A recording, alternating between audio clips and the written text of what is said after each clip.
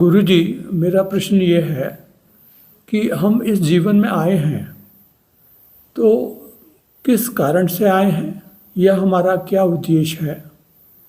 शायद आपने इसके बारे में पहले बताया होगा, लेकिन मुझे उसके बारे में ज्ञात नहीं है। हम इस जीवन में क्यों आए हैं और हमारा उद्देश्य क्या है, यह प्रश्न जो है हर व्यक्ति पूछता है। साधक है या नहीं, गैर साधक भी प्रश्न पूछता है। ये एक बड़ा कॉमन सा प्रश्न है।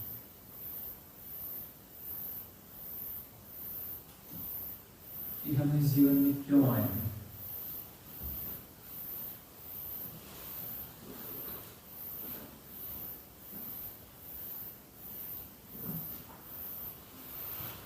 इस बारे में सारे जो कन्वर्सेशन सुनते जाएंगे तो इन्हीं प्रश्नों का ही जवाब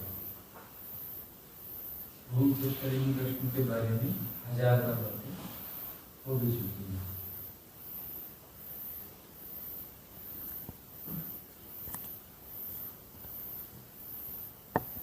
जीवन में हमको कारण ढूंढते हैं कि क्या कारण है, हमारे आने का कारण क्या है, इसका उद्देश्य क्या है।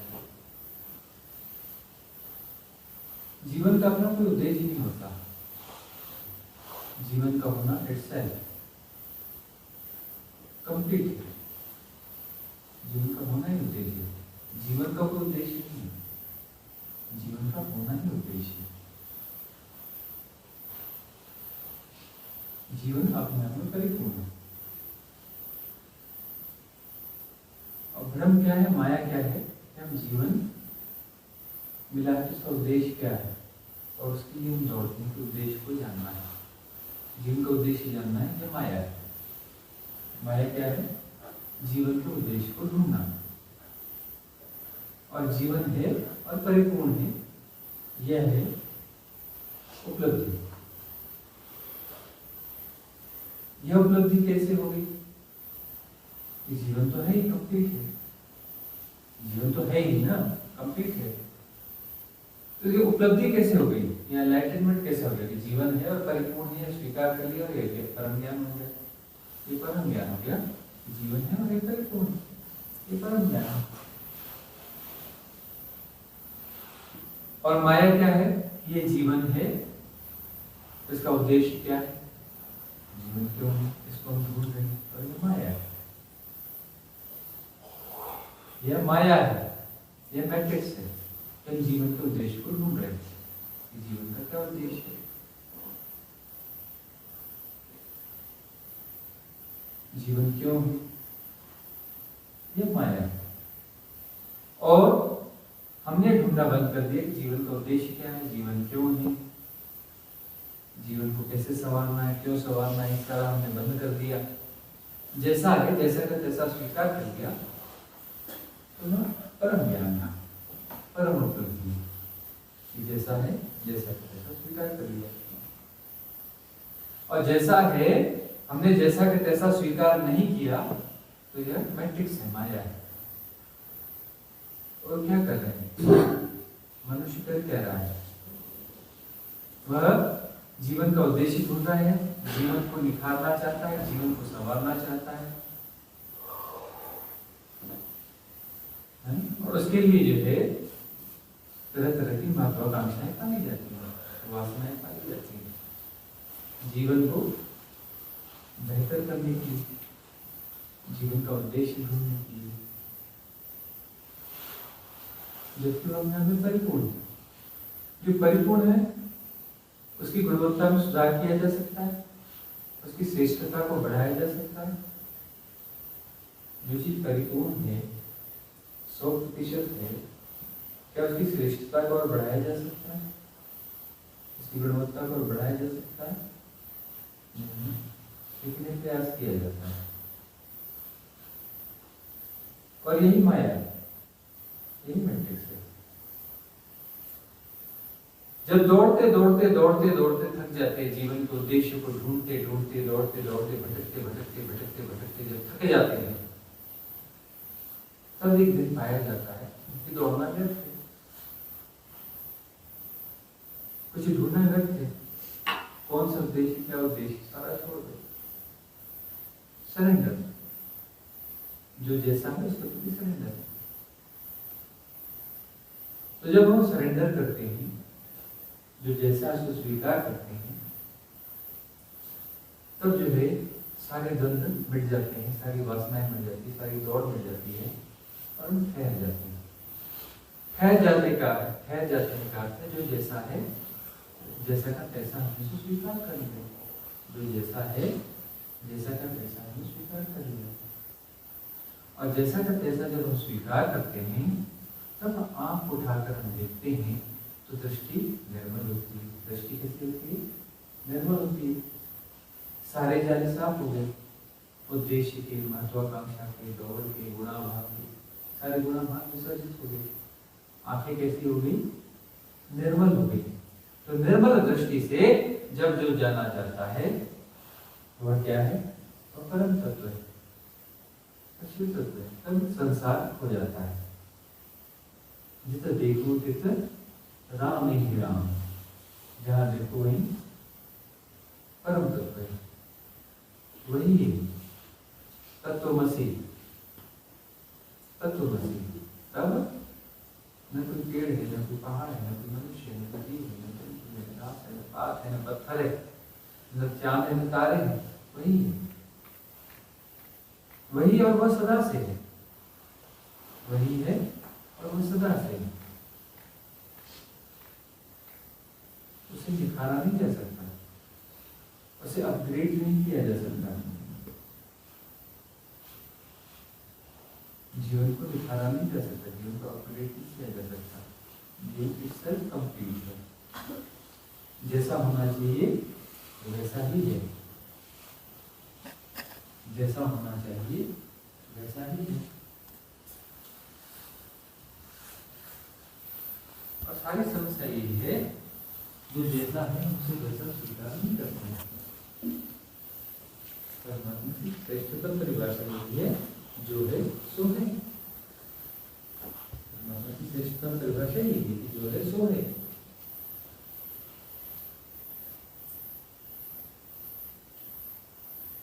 अब हम उसमें जो है किसी परमात्मा को ढूंढने जा रहे हैं। कोई कह देगा जीवन का उद्देश्य परमात्मा को पाना है, ठीक है, तो परमात्मा को ढूंढने निकलोगे। कोई है जो ढूंढने निकला है, और निकला है तो किसी न किसी मार्ग पे जाएगा, कोई मार्ग होगा, मार्ग पे जाएगा तो किसी मंजिल पे पहुंचेगा, है ना। मंजिल पे वहां से परमात्मा मिलेगा। छोटी कुर्सी में नहीं बैठा होगा, बड़ी कुर्सी में बैठा होगा, सिंहासन में बैठा होगा। छोटा दफ्तर नहीं होगा, बड़ा दफ्तर होगा। 150 बाबू ना हो तो 1000 बाबू होंगे उसके ऑफिस में। कुछ ज्यादा विशिष्ट होगा, एक सिर ना होंगे 10 सिर होंगे उसके, 2 हाथ ना होंगे 100, 50, 1000, 2000, 10,000 हाथ होंगे उसके। ऐसा ही कुछ होगा, पंडित विचित्र होगा, विशिष्ट होगा ना। जीवन का उद्देश्य परमात्मा को पाना करना तो विशिष्ट होगा ना। हमारे 2 हाथ है, उसके 2 क्यों होंगे, उसके 1000 हाथ। सुना नहीं, परमात्मा तेरे 1000 हाथ, ऐसे कुछ नहीं, उसके 1000 हाथ होंगे। तो ऐसे परमात्मा की खोज में निकलेंगे, मुश्किल तो नहीं होने वाली है। तो कोई परमात्मा है और उसकी खोज में निकलना है, उसको पाना है। उसको पाने से उद्देश्य पूरा हो जाएगा, है ना। तो दोनों बैठ करके टाइम पास करेंगे, ताश की गिनती निकालेंगे, ताश करेंगे। टाइम तो पास करना पड़ेगा ना, वो समय के भीतर ही होगा, क्योंकि कहीं वो रहता है, कहीं ना कहीं है वो, कहीं ना कहीं है, मतलब वो माया जाल के भीतर ही, देश काल के भीतर ये कहीं रहता है, देश काल के भीतर है ना। तो समय के भीतर तो अभी ही रहते, समय पास करना उसको भी मुश्किल जा रहा होगा, लेकिन ताश की गड्डी तो एक चीज है जो समय पास कर रही है, बाकी सारे खेल हुआ देते हैं। क्रिकेट का कितना भी शौक हो, है ना, 10 दिन लगातार क्रिकेट देखो, 11 दिन ऊब होने लगेगी और महीने भर वो मिटाना चालू हो जाएगा, ठीक है ना। लेकिन ताश खेलने वाले को देखो, सुबह से शाम तक बैठे रहते हैं, खाना पीना सब भूल जाते हैं, कभी नहीं उठते। ताश खेलने वाले एक ऐसा गेम है ताश जिसे कभी नहीं उठते, मतलब समय को कोई गेम यदि टक्कर देता है, बीट करता है, तो ताश, तो परमात्मा मिलेगा तो ताश की गड्डी जरूर रखना, वह भी धन्यवाद देगा कि तुमने जो है समय के मैट्रिक्स के तो तगड़ा टक्कर देने वाली कोई चीज, कोई खेल लेके आएगा, है। जब भी परमात्मा को खोजने जाना, ताश की गड्डी जेब में जरूर रखे जाना। किस परमात्मा को खोजने जा रहे हैं?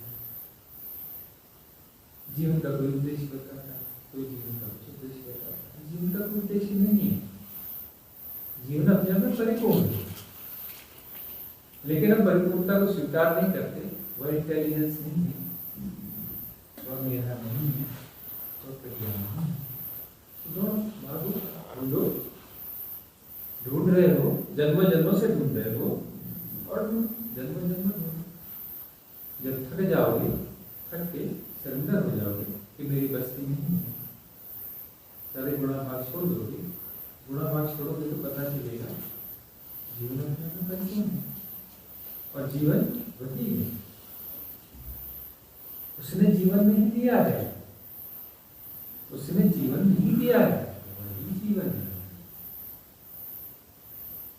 उसने संसार नहीं सृजा है, तब पता चलेगा। जब आंख में अमल हुई तो पता चलेगा कि उसने संसार नहीं सृजा है,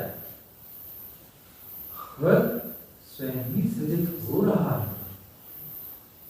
वो क्या अलग नहीं हो गया, स्वयं ही परमात्मा है। बस यही है कि वह स्वयं ही सृजित हो रहा है, वह एक कंटिन्यूअस प्रोसेस है, वही कंटिन्यूअस प्रोसेस है, और उसके होने का ढंग है, उसका कोई उद्देश्य नहीं है। हाँ? कहने के लिए कहा जाता है, समझने के लिए कहा जाता है कि आनंद का अतिरेक है सृष्टि,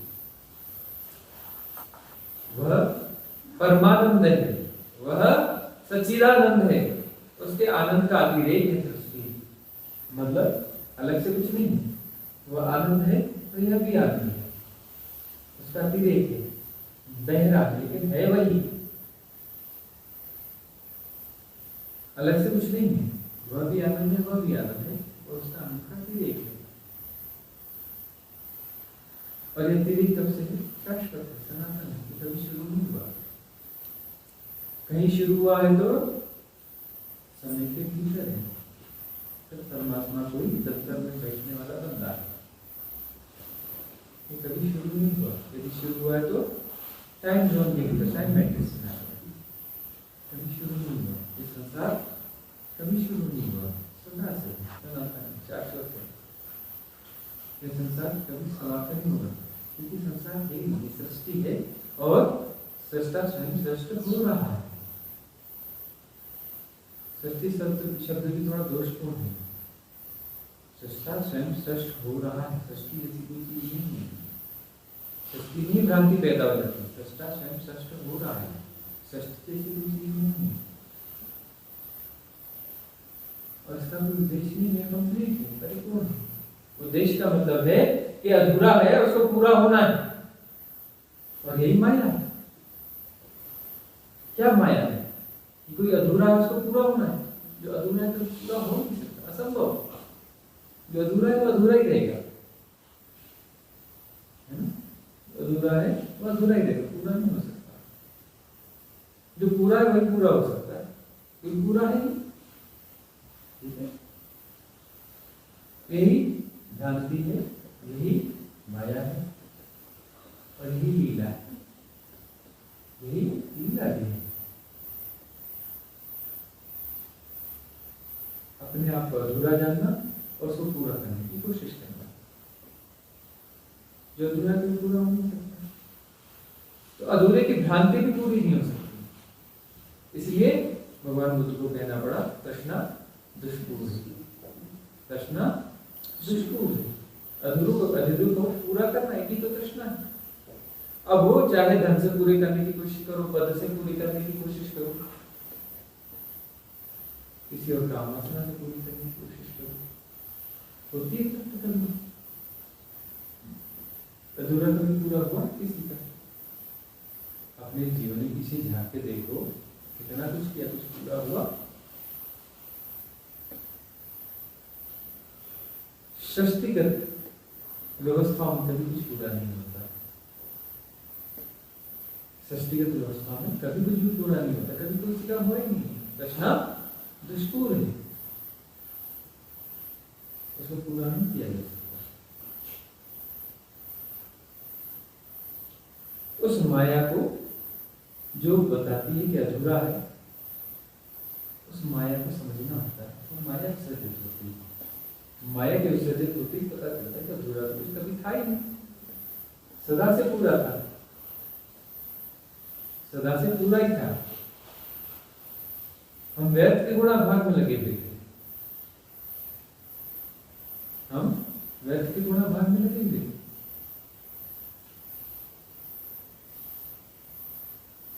ये गुणा भाग जब विसर्जित हो जाएगा तो पता चलेगा गुणा भाग की जरूरत ही नहीं होता। कैसे ही निर्गुण निराकार है, गुणा भाग तो क्षुद्र का हिसाब किताब है।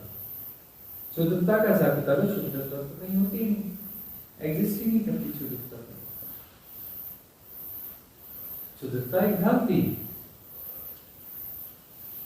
ससीम होना एक भ्रांति, असीम होना सत्य है। असीम होना सत्य है, ये कॉन्सेप्ट वाली बात है। ससीमता को विसर्जित करोगे तो असीमता को जीने लगोगे, कॉन्सेप्ट की जरूरत नहीं। परमात्मा एक कॉन्सेप्ट है, परमात्मा को पाया नहीं जा सकता, कॉन्सेप्ट है। अपनी क्षुद्रता को विसर्जित कर दो, तुम परमात्मा हो जाओ। परमात्मा को छुआ नहीं जा सकता, परमात्मा हुआ जा सकता है। हुआ जाने का अर्थ है कि तुम हो इसलिए तो हो गए। यदि तुम परमात्मा नहीं हो तो परमात्मा कैसे हो जाओगे? तुम परमात्मा हो, सिर्फ भ्रांति को विसर्जित करने की बात है। तो जब तक गुणा भाग में रहोगे भ्रांति कंटिन्यू रहेगी। जिस दिन गुणा भाग विसर्जित हो जाएगा भ्रांति विसर्जित हो जाएगी, अपना स्वरूप प्रकट हो जाएगा। तुम जो हो वैसे हो जाओगे। इसलिए सदगुरु के पास आते हो तो क्या करता है? तुमसे वह छीन लेता है जो तुम नहीं हो, और तुम्हें वह दे देता है जो तुम हो। तुम्हारी भ्रांतियां तुमसे ले लेता है, और तुम जो हो वो प्रकट हो जाता है।